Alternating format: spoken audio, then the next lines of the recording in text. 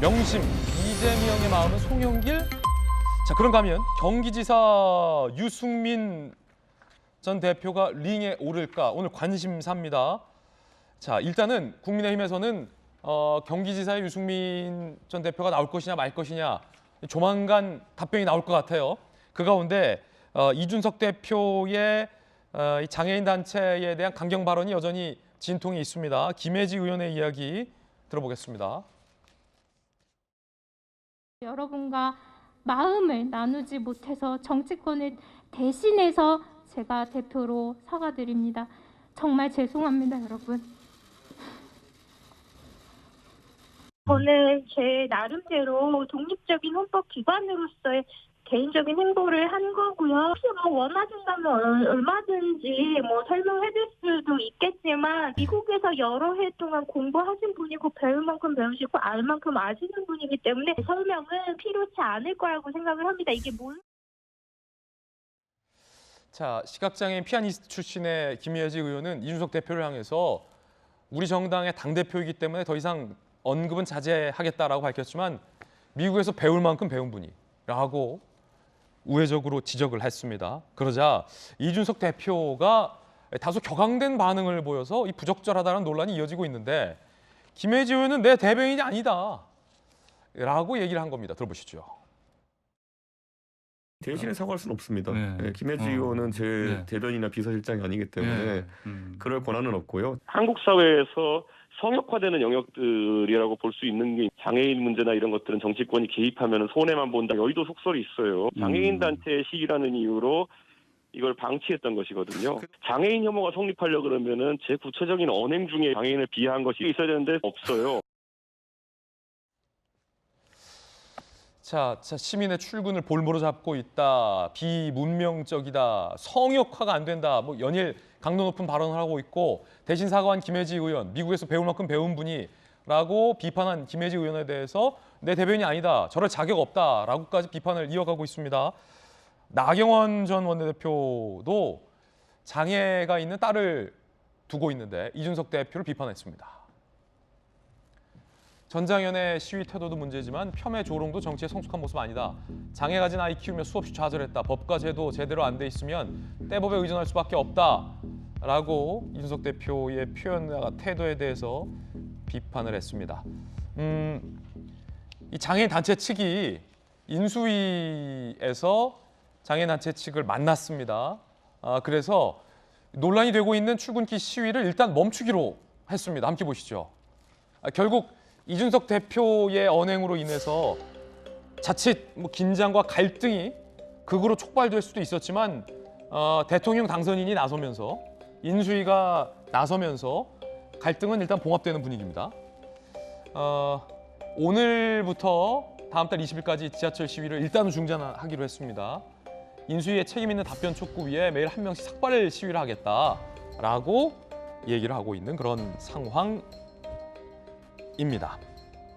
자, 그러자 이준석 대표가 또 어제 이렇게 또 비판을 합니다. 함께 보시죠. 전장현이 지하철 통행을 막아 시민 불편을 초래해서 목적을 달성하는 것을 포기했다. 다행이고 환영한다. 이게 다행이고 환영한다라는 입장이 아니라 정말 당신들이 목적을 포기한 거 아니냐라고 또 이제 비판을 하고 있는 그런 상황입니다. 김영주 의원님, 네. 이준석 대표가 뭔가 글쎄 이 대표의 지적에 공감하는 분도 있고 비판하는 분도 굉장히 다양하리라고 보는데 제가 물어보고 있는 관점은 대통령 당선인에게 부담이 됐고 결국 대통령 당선인 측이 나서서 갈등을 봉합하고 다독이는 판에 또다시 목적 달성 못하니까 그런 거 아니냐라고 또다시 갈등을 키우는 듯한 저게 과연 도움이 될까 당대표의 언행으로 이런 측면이거든요. 그렇습니다. 이제 자기 당에 있는 그 비례대표원에 또 특히 이제 장애인을 대변하는 비례대표원의 발언에 대해서도 나의 대변인이 아니다. 이렇게 얘기하는 것은 과연 그럼 당대표의 역할이 무엇인가를 좀 곱씹게 만드는 그런 부분입니다. 그러니까 많은 당의 의견들을 잘 조율해서 특히 비례대표로 모셨다는 것은 그런 부분에 대하여 국민의힘이 관심을 두겠다는 의지인데 예. 그러면 그 비례대표 역할이 무엇이며 당대표 역할이 무엇인가 그런 생각이 들고요. 또 하나는 지금 우리가 제일 좀 장애인 이동권의 문제는 더군다나 착시 현상이 있습니다. 인구 문제에 대한 착시 현상이 있습니다.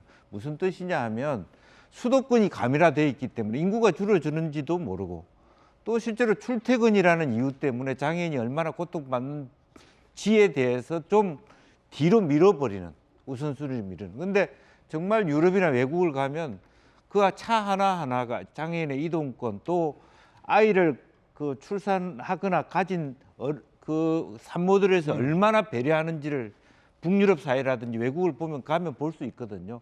우리가 다음 정부에서 목표하는 바가 그런 정면이 돼야 되는 것이고 그래서 가급적이면 당에서 여당에서 인수위에서 좀 더 차별받아 왔던 저분들의 의견이 제대로 전달되도록 도와줘야 되는 게 국민의힘 당대표 역할입니다. 그런데 예. 지금 오히려 당대표가 인수위의 전체적인 통합 과정에 말하자면 찬물을 끼얹거나 혹은 자기 정치를 한다는 그런 얘기를 들어서는 예. 이게 국민들이 봤을 때 더 큰 통합을 얘기하는 당선자의 완전히 저 입장이 다른 거 아니겠습니까? 이제 그런 면에서 극히 정말 저희들이 우려가 되는 목소리다 그렇게 봐야 되겠죠. 이준석 대표의 이제 특성도 있습니다. 한번 이제 주장과 소신을 세우면 절대 굽히지 않는 건데 그래서 뭔가 대결과 싸움에 너무 집착하는 거 아니냐라는 오해도 한때는 받은 바 있었는데 요게 좀 또 비슷한 논란이거든요. 그러니까 인수위가 나서서 어찌됐든 이 대표의 주장과 소신은 잘 알겠는데 인수위가 나서서 장애인 단체 측도 한 발 물러서고 인수위에서도 한 발 물러서는 모양새를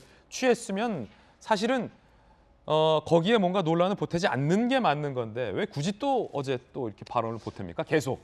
글쎄요, 이게 이제 정치적으로 지금 당선인의 시간인데 예. 이준석 대표가 너무 이제 강하게 드라이브를 거는 것 아니냐라는 비판은 뭐 저도 일견 타당하다고 생각합니다.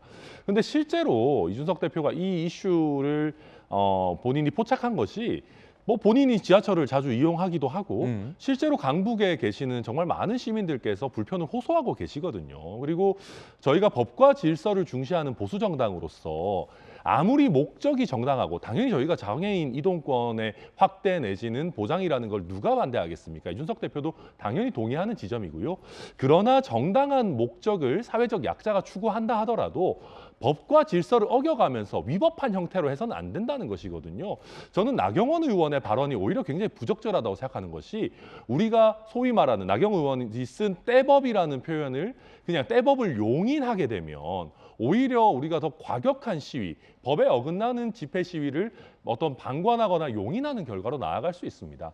실제로 어제 그 한국지체장애인협회라고 굉장히 규모가 큰 장애인협회에서도 전장년의 시위에 대해서 우려하는 성명을 냈습니다. 예. 장애인들의 이 정당한 어떤 요구가 불법적인 방법에 의해서 퇴색되어서는 안 된다. 그리고 오히려 이런 장애인이기 때문에 어떤 방법이든 쓸 수 있다라고 하는 것은 좀 부당한 장애인에 대한 온정주의 아니냐라는 얘기를 장애인 단체에서 내놨거든요. 그래서 저는 이준석 대표가 얘기하는 것도 굉장히 많은 장애인분들과 또 시민들께 공감을 얻고 있다고 생각하고요. 다만 지금이 이제 정치적으로 이 이슈를 이렇게까지 키울 일이냐, 그럴 타이밍이냐 이런 부분에 있어서는 저도 비판을 받을 부분은 분명히 있다라고 생각이 듭니다. 예, 다양한 의견들 전해드렸습니다.